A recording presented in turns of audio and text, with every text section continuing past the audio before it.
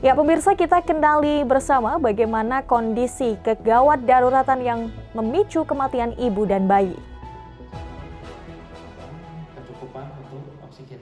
Kondisi kegawat daruratan masih menjadi penyumbang angka kematian bagi ibu baru melahirkan serta bayi yang baru lahir. Untuk itu perlu dikenali kondisi-kondisi tersebut agar kasus kematian ibu maupun bayi bisa dicegah. Hal ini terungkap dalam kegiatan manajemen kegawatan maternal dan neonatal bagi bidan yang digelar di Rumah Sakit Haji Ahmad Zaki Junaid, Pekalongan. Menurut dokter spesialis anak, Dr. Randy Yoga Adrian menyebutkan, ada sejumlah kegawatan neonatal atau kondisi medis yang paling mengancam jiwa pada bayi baru lahir, yakni asfiksia atau ketidakmampuan bayi menangis secara spontan serta bayi kejang.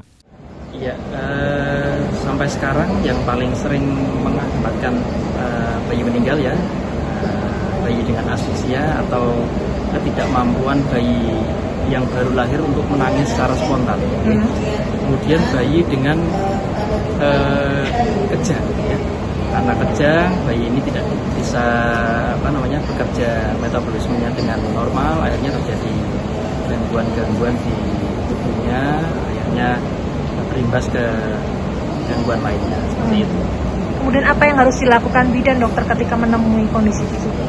Jadi prinsipnya seperti tadi ya ketika menemui bayi asfiksia kita harus melakukan tindakan resusitasi sesuai dengan standar yang sudah diberikan ya.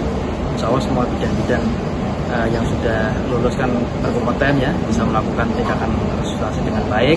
Kemudian ketika itu tidak tertangani dengan baik, harus segera mencari rujukan ke rumah sakit atau ke fasilitas kesehatan yang lebih tinggi.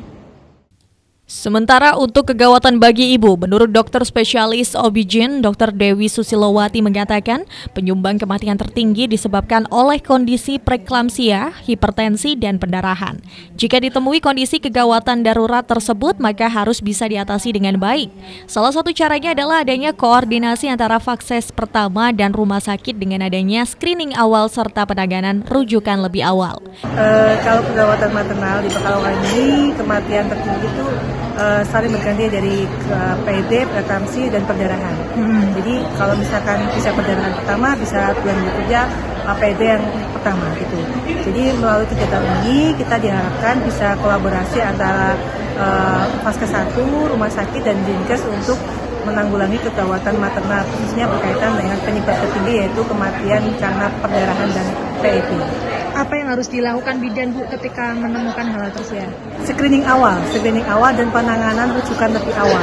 Jadi kita di sini berjenjang dari tingkat Vaskes 1, kemudian ke rumah sakit, dan juga untuk itu juga kolaborasi sama Dinkes karena kaitannya dengan pemberian obat-obatan untuk pencegahan pada PED dan juga terapi selanjutnya dan juga untuk pencegahan. Karisma, Batik TV melaporkan.